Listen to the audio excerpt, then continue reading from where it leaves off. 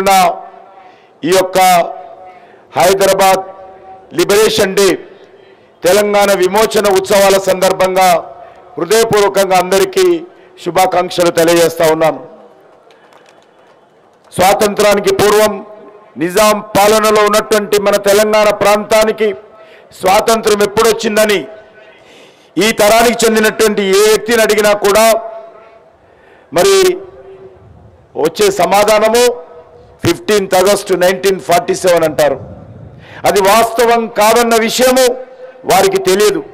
దేశానికి స్వాతంత్రం వచ్చిన 13 నెలల తర్వాత 1948 సెప్టెంబర్ 17కు నేటి తెలంగాణ ప్రాంతమైనటువంటి నాటి హైదరాబాద్ సంస్థానం నిజాం రాజ్యంలో మరి ఆలస్యంగా స్వాతంత్రం వచ్చింది.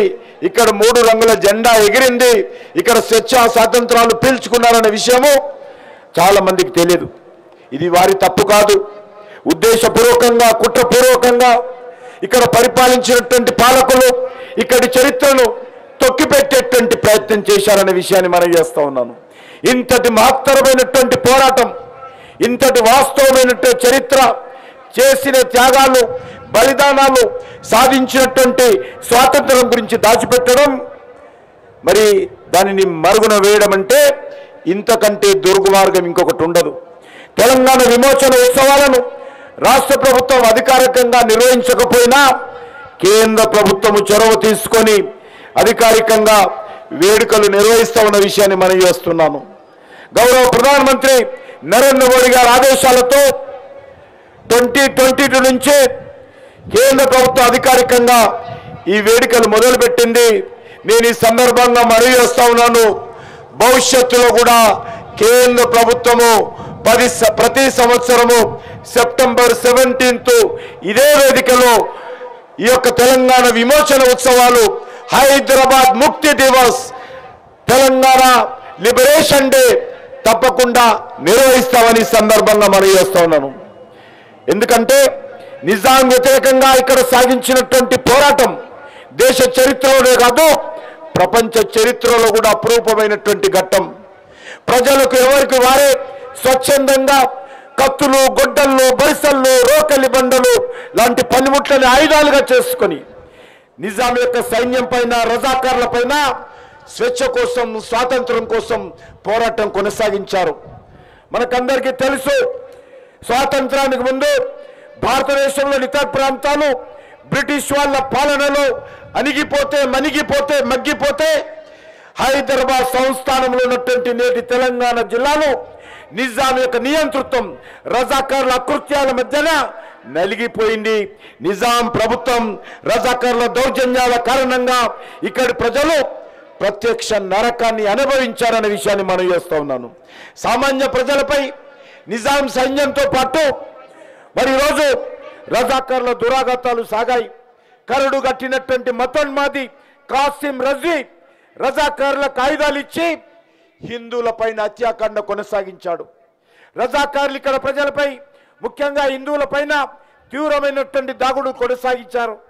మనకందరికీ తెలుసు, వరుసగా అనేక ప్రాంతాలలో హత్యలు చేయడము, ఉరి తీయడము, సజీవ దానాలు చేయడము, మహిళలతో నగ్నంగా బతుకమ్మలు ఆడించడము, అత్యాచారాలు చేయడము, దోపిడీలు చేయడము, దొమ్మిలు చేయడము, ఈరోజు అనేక రకాల దౌర్జన్యాలకు ఆయా రాడు అడ్డు అదుపుకు లేకుండా పోయింది.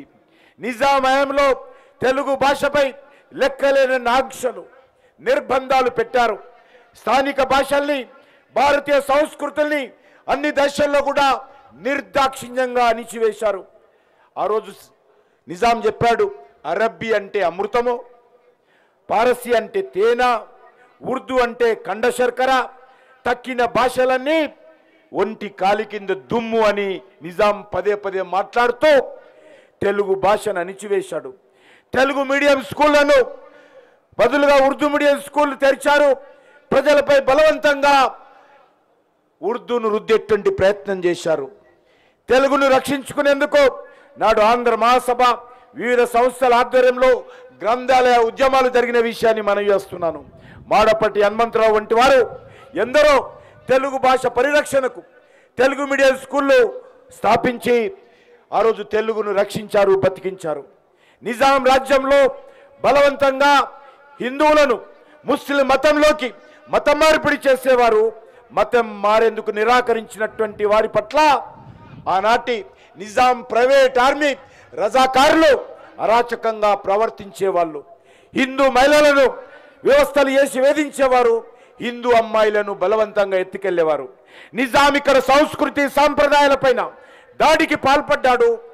హిందువుల పండుగల పైన అనేక రకాల నిర్బంధాలు, ఆంక్షలు పెట్టాడు. దసరా వచ్చిందన్నా, బతుకమ్మ పండుగ వచ్చిందన్నా, దీపావళి వచ్చిందన్నా అనేక రకాల దౌర్జన్యాలు చేసేవారు.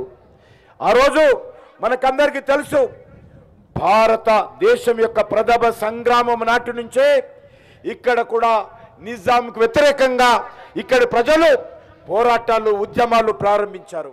నిర్మల్ కేంద్రంగా పోరాటాలు చేసినటువంటి రామ్జీ గోండును, ఆయనతో పాటు 1000 మంది అనుచరులను నిర్మల్లో మర్రి చెట్టులకు సామూహికంగా ఉరితీయదీశారు. అకృత్యాలకు సాక్షిగా ఆ మర్రి చెట్టు ఇవాళ కూడా 1000 ఉరుల మర్రిగా మనకు తెలుస్తుంది. 1940కు ముందే దేశంలో జరిగినట్టు వందే మాతరం ఉద్యమం కూడా ఇక్కడ కూడా ప్రారంభమైంది. వందే మాతరం రామచంద్రరావు గారు కావచ్చు, ఉస్మానియా యూనివర్సిటీలో నాటి విద్యార్థులు వందే మాతరం ఉద్యమంలో కూడా కీలక పాత్ర పోషించారు. అనేక రకాల ఇబ్బందులకు గురయ్యారు. మా భూమిపై మాదే అధికారం అంటూ ఆదిలాబాద్ అడవి బిడ్డ గోండు వీరుడు కొమలం భీం నిజాంకు వ్యతిరేకంగా పోరాటం కొనసాగించాడు.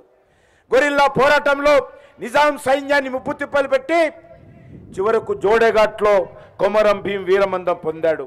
ఉద్యమ నేతల పిలుపు మేరకు సెప్టెంబర్ 2న పరకాలలో జరిగినటువంటి చేపల బండ వద్ద త్రివర్ణ పతాకాన్ని ఎగరవేసేందుకు జనం వస్తే ఆ రోజు ఉద్యమకారుల మీద నిజాం పోలీసులు తుపాకులు పేల్చి రజాకారుల కత్తుల వేటుకు అనేక మంది స్వర్గస్థులైనటువంటి విషయం, వీర మరణం పొందినటువంటి విషయం మనం చేస్తా ఉన్నాను.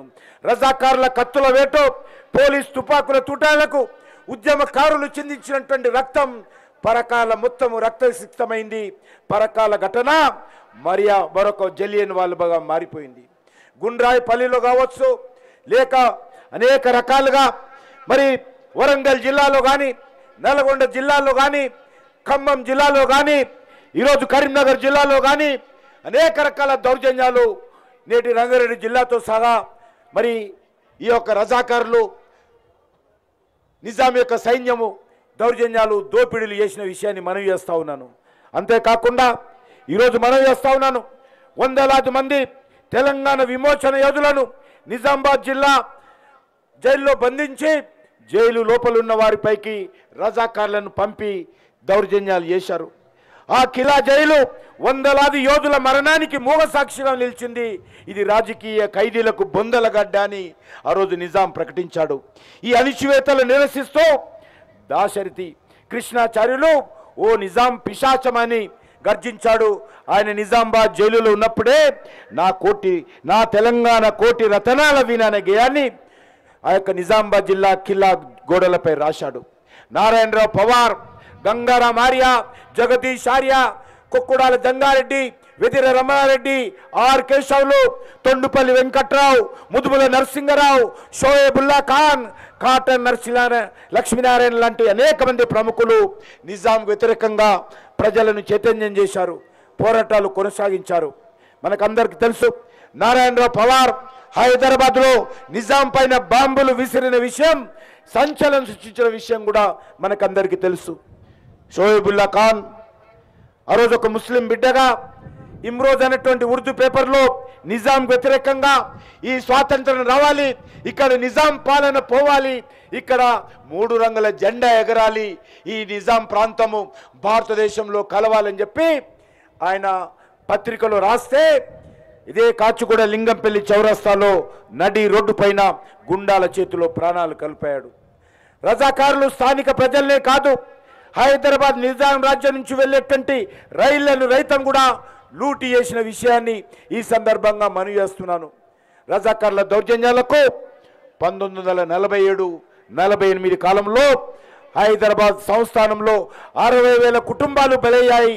హిందువులకు చెందినటువంటి 100 కోట్ల రూపాయల సొత్తు కొల్లగొట్టారు. నిజాం రాజు తరతరాల బూజు అని దాశరథి మాట మాట్లాడిన విషయం మనకు తెలుసు. గోల్కొండ కిల్ల కింద నీ గోరి కర్తం కొడుకో నైజాం సర్కోడోడా అని యాదగిరి రాసిన పాట మనకు తెలుసు. ప్రాంతేతరుడు మోసం చేస్తే ప్రాంతం పొరిమేలన వరకు తరిమి కొడతాం, ప్రాంతం వాడు మోసం చేస్తే ప్రాంతం లోపల పాతి పెడతామని కాళోజీ నారాయణరావు ఇచ్చినటువంటి నినాదం. బత్తిన మొగలయ్య గౌడు, సర్దార్ పాపయ్య గౌడు, పాపన్న గౌడు వంటి అనేక మంది సమరయోధులు నిజాంకు వ్యతిరేకంగా చేసినటువంటి పోరాటం, స్వాతంత్ర అనంతరం అధికారంలోకి వచ్చినటువంటి పాలకుల నిర్లక్ష్యం కారణంగా వాళ్ళ చరిత్ర అంతా కూడా చరిత్ర కాలగర్భంలో కలిసిపోయిందని మనవి చేస్తున్నాను. ఈ పోరాటంలో నిజాం సైన్యం చేతిలో అమరుడైనటువంటి తొలి వ్యక్తి దొడ్డి కమరయ్య చరిత్రలో నిలిచాడు. దాన్ని కూడా ఈ పాలకులు ఏ రోజు కూడా జ్ఞాపకం చేయలేదు. చాకలి ఐలమ్మ ప్రదర్శించినటువంటి ధీరత్వం ఎంతో మందికి ఆదర్శమైంది. నిజాంకు వ్యతిరేకంగా అనేక రకాలుగా పోరాటాలు కొనసాగించినటువంటి విషయము మనకందరికీ తెలుసు. హైదరాబాద్ రాష్ట్రాన్ని, ఈ తెలంగాణ రాష్ట్రాన్ని స్వతంత్ర ఇస్లామిక్ దేశంగా లేకుంటే పాకిస్తాన్ దేశంలో కలవాలని నిజాం భావించాడు. చర్చలు జరిపాడు పాకిస్తాన్తో. ఈ విషయం కూడా మనకందరికీ తెలుసు. హైదరాబాద్లో ఈరోజు స్వతంత్ర దేశం మధ్యన నడిబొడ్డునటువంటి ఈ హైదరాబాద్ సంస్థానం నిజాం రాజ్యము పాకిస్తాన్లో కలిసిన స్వతంత్ర దేశంగా ఉన్న అనేక రకాల దేశ భద్రతకు ఉప్పొస్తుందనేటువంటి విషయంలో నాటి హోంమంత్రి సర్దార్ వల్లభాయ్ పటేల్ ఆవేదన చెందాడు, ఆందోళన చెందాడు. సర్దార్ వల్లభాయ్ పటేల్ అనేక రకాలుగా నిజాంకు నచ్చజెప్పేటువంటి ప్రయత్నం చేశాడు. వాస్తవాలు ఎవరికి తెలియదు, చరిత్రను గుర్తిస్తేనే తెలుస్తాయి. ప్రతి ఊరికి ఒక చరిత్ర ఉంది. మన తెలంగాణలో కూడా వేలాది గ్రామాలలో ప్రజలను రక్షించుకోవడం కోసం స్వచ్ఛంగా శ్రమదానం చేసి నిజాం రజాకార్లకు వ్యతిరేకంగా ఆ గ్రామ ప్రజలు రక్షించుకోవడం కోసం గ్రామ ప్రజలు అనేక గ్రామాలలో వేలాది బురుజులు నిర్మించుకున్నటువంటి చరిత్ర ఇంకా మన కళ్ళ ముందు కనిపిస్తూ ఉన్నాయి. అందుకే యువతను కోరుతా ఉన్నాను, వాటిని వెలికి తీయండి, అందరితో పంచుకోండి. పథకం ప్రకారము మన చరిత్రను పక్కదోవ పట్టిస్తున్నటువంటి ప్రయత్నాలను అడ్డుకోండి, వారి కుట్రపూరిత చర్యలను తిప్పికొట్టండి, వాస్తవ చరిత్రను తెలియజేయండి. దేశానికి ఆగస్టు 15 ఎంత ముఖ్యమో మనకు మన స్వాతంత్ర దినమైనటువంటి సెప్టెంబర్ 17 కూడా అంతే ముఖ్యము.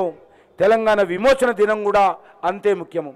సెప్టెంబర్ 17 నిజాం పీడ విరగడైన రోజు. సెప్టెంబర్ 17 కాసిం రజాకార్ల అకృత్యాలకు అడ్డుకట్ట పడిన రోజు. ఏ విధంగా చూసినా ఈరోజు విమోచన దినమే సరైన పదము కాదని వేరే వారు ఏ పేరు పెట్టుకున్నా అది సమర్థనీయం కాదు. దీనిని ఎవరి పరిస్థితుల్లో ఎట్టి పరిస్థితుల్లో అంగీకరించకూడదు. తెలంగాణ స్వాతంత్రం పట్టించుకోనటువంటి పార్టీలను పాతరవేద్దాం, అలాంటి వ్యక్తులను తెలంగాణ పొలిమేరలకు తరిమేద్దాం. ఆత్మగౌరవం, ఆత్మవిశ్వాసంతో ముందుకెళ్దాం. మన తెలంగాణను మనం సస్యశ్యామలం చేసుకుందాం. స్వార్థ రాజకీయాలు, ఫిరాయింపు రాజకీయాలు, కుటుంబ రాజకీయాలు, అవినీతి రాజకీయాలు, అహంకారపూరిత రాజకీయాలు, దోపిడీ రాజకీయాలు, అధికార దుర్వినియోగం చేసే రాజకీయాలకు తిప్పికొడదాం. తెలంగాణ ఆత్మగౌరవాన్ని, తెలంగాణ స్వతంత్ర సమరయోధుల యొక్క ప్రత్యేక తెలంగాణ ఉద్యమకారుల ఆకాంక్షలకు అనుగుణంగా అంకితమై పనిచేసే శక్తులకు, వ్యక్తులకు బలమిచ్చి అండగా నిలబడి నిజాయితీ పునాదులతో బలమైన తెలంగాణను మనం నిర్మించుకుందాం. భూమి కోసం, భుక్తి కోసం, బానిక బంధాల విముక్తి కోసం, స్వాతంత్రం కోసం కత్తులకు కుత్తులకు ఎదురొడ్డి నిలిచినటువంటి చరిత్ర నా తెలంగాణ ప్రజలది. తూటాలకు బలిదానమైనటువంటి త్యాగాల చరిత్ర నా తెలంగాణ విమోచన చరిత్ర. తెలంగాణ విముక్తి కోసం ఒకరిద్దరు కాదు, అనేక మంది మహానుభావులు, త్యాగదనులు నిజాం నిరంకుశ పాలన వ్యతిరేకంగా పోరాటం చేశారు. అది పరకాల కానీ, బైరానపల్లి కానీ అనేక వేల గ్రామాలలో తుపాకీ తూటాలకు బలి అయిపోయినటువంటి పోరాడినటువంటి చరిత్ర సెప్టెంబర్ 17 మన తెలంగాణ విముక్తి చరిత్ర. బండెనుక బండి కట్టి 16 బండ్లు కట్టి ఏ బండ్లవతో కొడుకో నైజాం సర్కరోడ్ అంటూ అక్క చెల్లెళ్ళు, అన్నదమ్ములు రోకలి బండాలు, కారం పొట్టాలు చేతిలో పట్టుకొని గ్రామాల్లో వీరోచిత పోరాటాన్ని కొనసాగించినటువంటి చరిత్ర నా తెలంగాణ ప్రజలది. మన ప్రాంతానికి స్వాతంత్రాలు కల్పించి ఇక్కడ ప్రజలకు అండగా నిలిచినటువంటి ఉక్కు మనిషి సర్దార్ వల్లభాయ్ పటేల్కు ఈ సందర్భంగా తెలంగాణ ప్రజానీకం తరఫున హృదయపూర్వకమైనటువంటి నివాళులు అర్పిస్తున్నాను.